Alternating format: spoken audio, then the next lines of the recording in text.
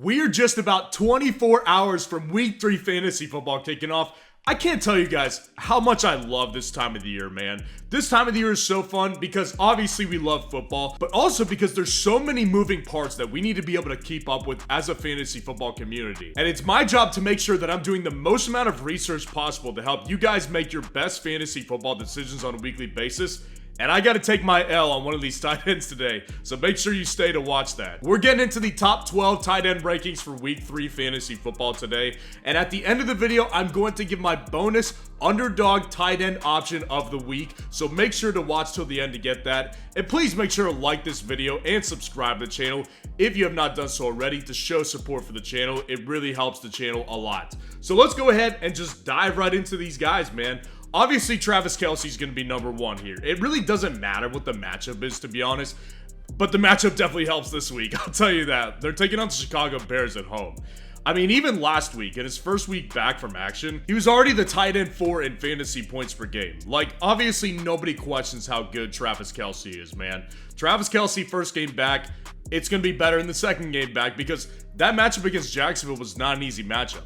The Jacksonville Jaguars did a decent job holding them to points for a decent amount of that game. Now, obviously, you can't hold Patrick Mahomes and Travis Kelce for that long, but this week against Chicago, this is a situation where Travis Kelce is going to absolutely come out on top here, and I think that they're going to curb stomp the Chicago Bears this week.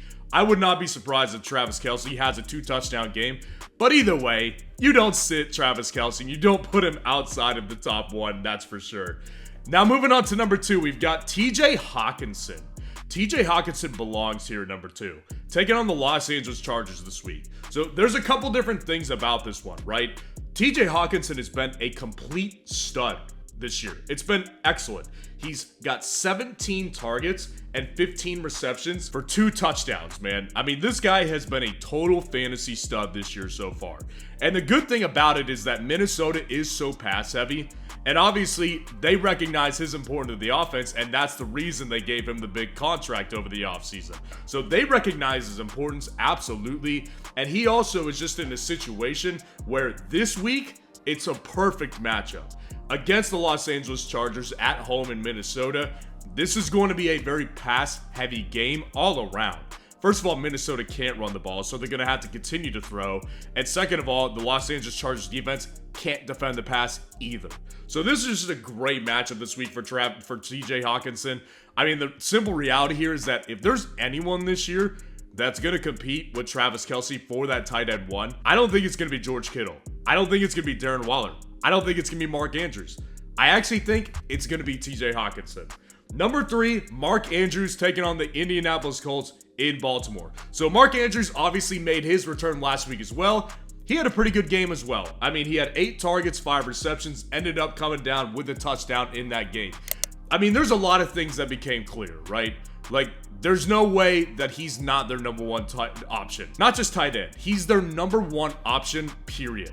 And I mean, that's the reality here, is that Lamar Jackson loves to throw to Mark Andrews. That's the guy he trusts the most. Now, this offense has been pretty disappointing, I would say, through 2 weeks. But this is a situation with Mark Andrews that you just have to continue to be very confident playing him because you know that his target share is always through the freaking roof. Number 4, I've got Hunter Henry of the New England Patriots taking on the Jets in New York this week. So I got to apologize to you guys on this one. I have to apologize. Last week, I got asked a lot of questions by a lot of you guys on if Hunter Henry was going to be a good play. Asking me if you should play Hunter Henry over like Pat Freiermuth, David Njoku, and I said, no, I'm going to continue to play Njoku and Pat Freiermuth. Well, I apologize to you guys because that was a bad call. That was a really, really bad call. Listen, Hunter Henry is killing it right now. I wrote him off last week because I wanted to see consistency, and I thought that week 1 was just a flash in the pan. I thought that was just going to be a 1-week type of thing, and he wouldn't remain that involved in week 2. It's basically he did the same exact thing. He managed to get another touchdown, and he's got 13 total targets through 2 weeks. I mean, this guy has done basically the same thing every week. And at this point, he looks like one of their best targets, if not their very best target. So he's going to continue to be involved in this offense. I'm all in on Henry inside my top 4 tight ends this week. He absolutely earned that spot in week 2. Number 5, Evan Ingram. Hard to push him out of the top 5, especially in this matchup against the Houston Texans in Jacksonville.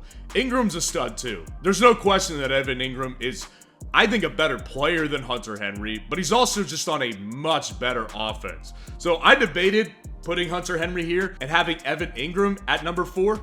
Honestly, it doesn't really make too much of a difference to me, and the reason I say that is because with the offsetting offenses, like obviously Jacksonville's offense is better than the New England Patriots offense, but the matchup here is so easy for the Jacksonville Jaguars that I think they're just going to start going run heavy by like second or third quarter, which is going to put a cap on how much volume Evan Ingram gets. But I mean, looking at his numbers right now, he's super efficient with the volume he gets. 13 targets, 11 receptions, 106 reception yards. Evan Ingram is going to be good every single week. As long as he is healthy, they signed him to a contract that was a big contract for a tight end over the summer. He's going to be involved in this offense every single week. Number 6, Darren Waller taking on the San Francisco 49ers in San Francisco. This one honestly has so many layers to it, and we just need to discuss Darren Waller right now. During the offseason, I really didn't talk about him much, and my problem was that I could never buy in on Darren Waller this offseason. And the reason is because this guy has not been healthy for the past 2 seasons, and he's now in his 30s. It's hard to take an L on this one because he's obviously been pretty good when he plays. I mean, he's clearly important to the offense. 13 targets, 9 receptions, over 100 receiving yards through 2 weeks. He's clearly a very top option in their offense, but at the same time, like, I'm not seeing the big boom plays that could come. I think they could come, but this offense just is not very good. So I have a lot of issues here because Darren Waller is still dealing with nerve issues, and that's what's holding him back. He's gonna play, but I mean, the effectiveness, and I just think that honestly, he's past his prime as a player. I think that this matchup is not good for him either. I mean, they're taking on the San Francisco 49ers in San Francisco.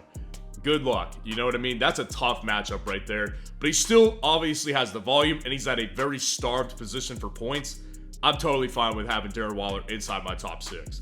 Number 7, George Kittle of the New York Giants. Literally the exact opposite. I mean, in some ways, right? Like, the target share isn't big for George Kittle like it is for Darren Waller.